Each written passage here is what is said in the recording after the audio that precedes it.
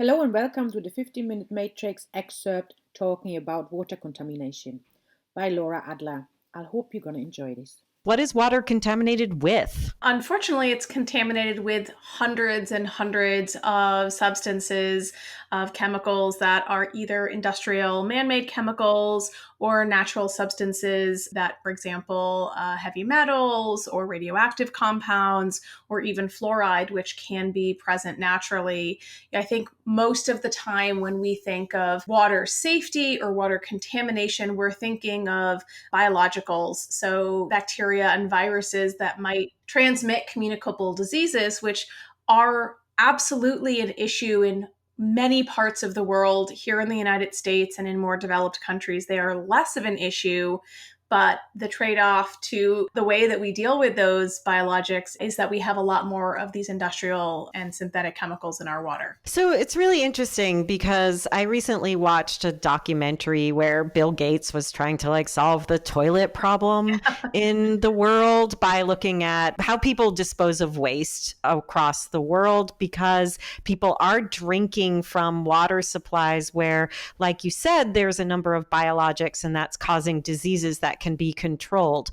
But what's happening here that is dangerous, and where is it dangerous in our bodies? In the US, the Environmental Protection Agency, under the Safe Water Drinking Act, is responsible for regulating approximately 91 chemicals that have quote unquote safety limits. And I can certainly talk about why I put those in quotes, because that's not really what they are. So there's approximately 91 chemicals that are regulated, yet there's hundreds of other chemicals that are not regulated, which means they're permitted to be in the water legally at any amounts. And this includes the perfluorinated compounds that are making a lot of headlines right now, these PFAS chemicals, the nonstick chemicals, and the use in firefighting foam. So they're contaminating drinking water for people around military bases, near airports, or near factories that are producing these chemicals. And so there's a lot of publicity around that particular compound. But we also have things like herbicides and pesticides. We have, like I mentioned earlier, compounds like fluoride, which may be naturally occurring. Fluorine is an element naturally present in the Earth's crust. And so there's some times that we can get fluoride exposure through there. It's also added to the drinking water in the form of a compound called fluorosilicic acid, which is actually an industrial waste byproduct, not the same chemical that's in toothpaste. We have lead, of course. I just read recently that Canada, for the Canadians that might be listening, has a really bad problem with lead contamination in the drinking water of millions of Canadians because they don't have a national system that regulates chemicals like that in drinking water like we have in the US. So it's really this wide range of industrial chemicals, naturally present compounds that might be harmful. And then we have all these both byproducts and what are known as emerging contaminants. So things like narcotics, pain medications, opioids, estrogens from birth control, microplastics in the water. So there's there's hundreds and hundreds of chemicals showing up in our drinking water that millions of Americans are drinking. In fact, 77 million Americans are drinking water that has violated the Safe Water Drinking Act because of excessive levels of contaminants. And those are just the regulated ones. So millions of Americans are drinking water that has low levels of contaminants in it. That's just the reality of it. How is this affecting us? The answer there is, we can look sort of more broadly at what the chemicals that are in the water are associated with. But as we also have to factor in what is happening with the individual. Where is their weak link? Is somebody dealing with a thyroid disease that perhaps fluoride exposure for that particular person or the chlorinated compounds that are used as disinfectants might affect that person differently than somebody who doesn't have that problem. But the effects of chemicals that are in our drinking water are everything from, reduced cognition to reproductive issues, endocrine disruption, thyroid disruption, cancers, neurodevelopmental issues. When we have fluoride, we have things like, again, more neurodevelopmental issues. but also things like arthritis and hip fractures and bone cancers and on and on and on. It's so interesting for me to just think about how the organs of detoxification, if we think about the Yes. kidneys and the entire urinary system, which is so important Yep. for so many of our balancing regulators, just pH balance and blood pressure and all these things that we rely on the kidneys to help us do, detox all our water soluble toxins. Then the water itself is including toxins. Just the concept that, yes, there's these direct impacts that we could think about from the targeted chemicals themselves, but that we're just overloading the system more and more and more with the water. I've had this conversation recently is that we have, our disinfection chemicals that are used, the chlorine and the chloramine, like they are there for the purpose of destroying biologics, right? Microbial activity in the water. And if we are consuming chlorinated water, we have to question what is the impact on our gut microbiome.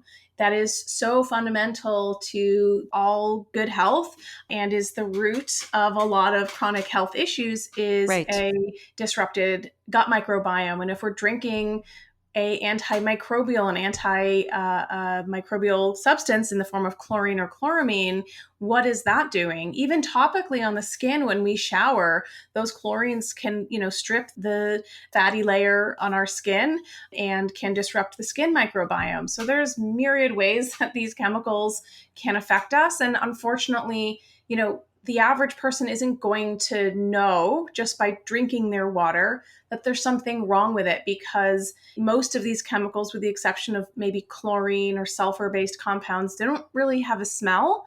And so the average person doesn't know that these things are even present. So, we're kind of in this situation where, we have to do research on our own to figure out what's happening and then take action to correct it. So let's go there. Let's go into action to correct it. I know a lot of clinicians want to know what to do about water and what to advise about water. The first thing I want to do before we talk about methodologies of addressing contaminants in our water is just to head over to the right side of the matrix, the skills section, and talk about hydration and determine what happens if we hear you and we're feeling fearful and yet we know we need to hydrate. How do you talk to the people that you train about the benefits of hydration in the face of these fearful facts? Right. So, it's like vegetables and the fear of pesticides. But at the end of the day, we all need to eat vegetables regardless. And same with water. At the end of the day, we all need to drink water. Water is what helps flush our kidneys. It's part of what we need to facilitate the detox process. All of our tissues require hydration. And so just being dehydrated can in and of itself cause or contribute to a lot of different health issues. So there's no question that we need to be hydrated, period. And if people are in a position where, they maybe practitioners are working with clients or patients that don't have the funds to go out and buy the biggest, most fancy high-tech water filter, at the end of the day, they still need to be directing them to, spend $20 on a water filter, even if it's not the best one.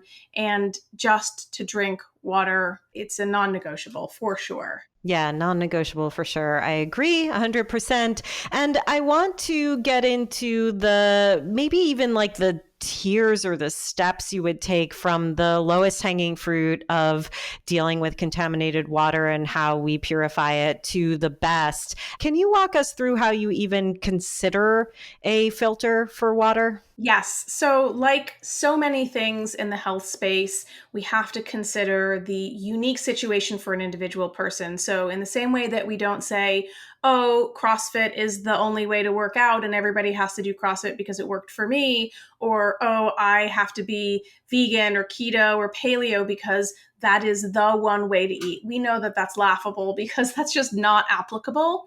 The same is true for water filtration. We can't say that there is this one fill in the blank brand that works for everyone. And the reason is that everyone's water is unique in the same way that everyone's physiology is unique. Everyone's water is unique. And there are so many different factors that determine what makes someone's water different from someone else's. Maybe they live near a golf course. Maybe they live in an agricultural area. or inversely, they live in an industrial area or they live in an urban environment. The makeup of contaminants in their water is going to vary dramatically in those two situations. Then we have to consider, what's the water infrastructure in our community? The American Society of Civil Engineers, which is the organization that grades the infrastructure of like our roads and our bridges, gives the water in the United States a D grade, the water infrastructure a D grade, because many of our water, the pipes that pipe water throughout our cities and our water treatment plants are all reaching or have surpassed the end of their useful life. So they're failing all at the same time, and at a time when we have more contaminants. So, there's lots of different things that determine why people have different contaminants in their water. And that's really the first place to start. We have to know, what are we dealing with, so that we know what specific actions to take or how to filter contaminants out. And the easiest way that people can do that, or that practitioners can either do this on behalf of their clients or can encourage their clients to do this on their own, is looking up the local water quality report. So every year, your water municipality is legally required to produce a document that is outlining what is present in the water based on those 91 chemicals that are regulated. They don't have to report on unregulated chemicals, and they won't because they're not testing for them. So it's a bare minimum starting point to get a snapshot of what's the lead level like in our drinking water? What is the level of fluoride or atrazine in our drinking water? So it's a good starting place to get a sense of what's happening. I'm wondering then, what are our tactics to take? Is a Brita good enough as a first step? What's the top of the line? Should we be considering full house filters? What is the line you take on this? Yeah, so it's really based on the individual, what the individual can afford, or based on their unique situation. So somebody who's a renter, they're not going to be able to have a whole house water system. So they're going to have to either have something like a Brita or something that is either a countertop filter or an under sink filter. So bottom line is that if you can, at the very least, filter your water with a Brita will only remove a very small number of contaminants, and it won't remove any of the harder to address chemicals like, for example, fluoride or glyphosate or these PFAS chemicals or estrogenic compounds from birth control. A Brita's not going to do that, but it will reduce the amount of chlorine and it will reduce the amount of lead. And that's important. And if that's all people can afford, great, go do that and make sure that they change the filters frequently. Going along that sort of good, better, best spectrum, in the middle, we're going to be looking at, multi-stage under sink filters. And the reason I say multi-stage is because each one of those stages is likely going to contain different types of compounds or filter media that is designed to address very specific contaminants. And this is why we have to know what's in our water so we know which of those stages are going to be relevant for us. Right. So, in Portland, Andrea, where you and I live, our city uses chlorine and ammonia. So we have chloramine in our drinking water, which is much harder to remove than chlorine.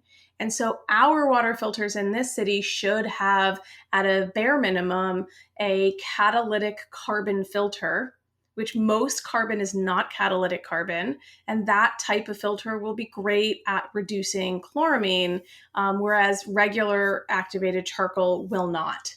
So we have to take these things into consideration. So a multi-stage under sink system is going to be the best bet.